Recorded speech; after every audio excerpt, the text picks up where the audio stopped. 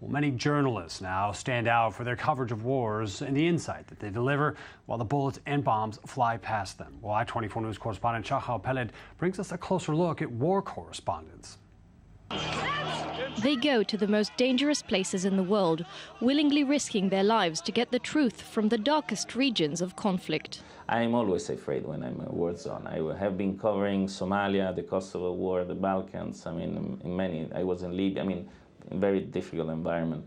When you are in this kind of places, you have to to be afraid, because it helps you to understand what's going on. Italian journalist Maurizio Molinari has been entering and leaving Gaza for the past 6 months, especially increasing his visits in the last weeks of ongoing clashes between Israel and Hamas. A father of 4, he tries not to take any unnecessary risks. When I heard the Palestinian firing with shotguns, I left. That was the threshold, because to stay there and to keep being reporting was too close to the risk area, so I simply left. At that point, it was enough. But in recent years, the man with a camera has become a target himself. Some 30 Western reporters and over 200 local ones have been killed in Syria alone since the fighting began in the embattled country. Things are much more dangerous than the way it used to be. Once you get into a war zone, you have to be careful of grenades, of bullets, and explosion. Now you are being targeted because you're a journalist. Whoever carries a camera, in fact, carries a dangerous weapon against the regime.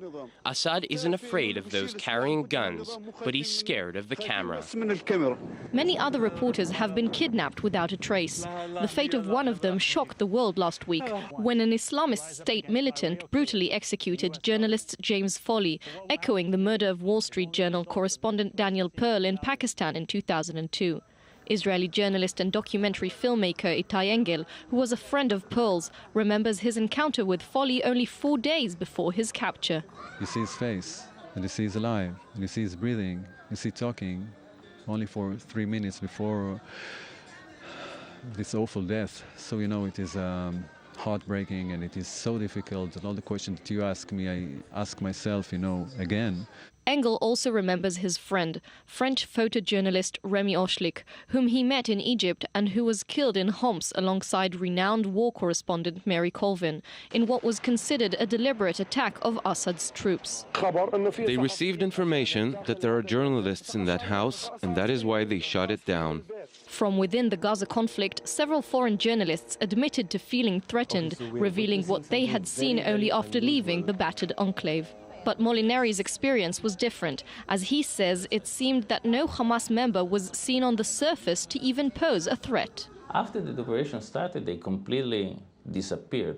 My experience, if I have to say the truth, was completely the opposite. We were surrounded by civilians, pro and against Hamas, or apparently civilians. But Hamas people as themselves, the only way to meet them was to go to the Shifa hospital, where they have their headquarters. According to Engel, becoming a war correspondent is not an act of bravery, but a simple yearning to tell a true story, especially while visiting dark and hostile environments. Beginning with Gaza and Lebanon and Syria and Iraq and Pakistan and Afghanistan, Kosovo, Rwanda, Congo, each one of these places I was scared.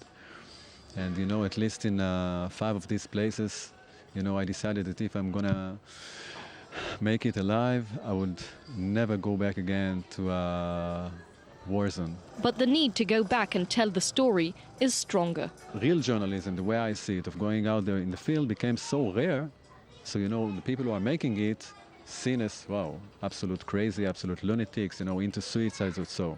It's not I'm crazy of doing it. I think that I'm one of the last normal journalists around, because this is the idea of the job.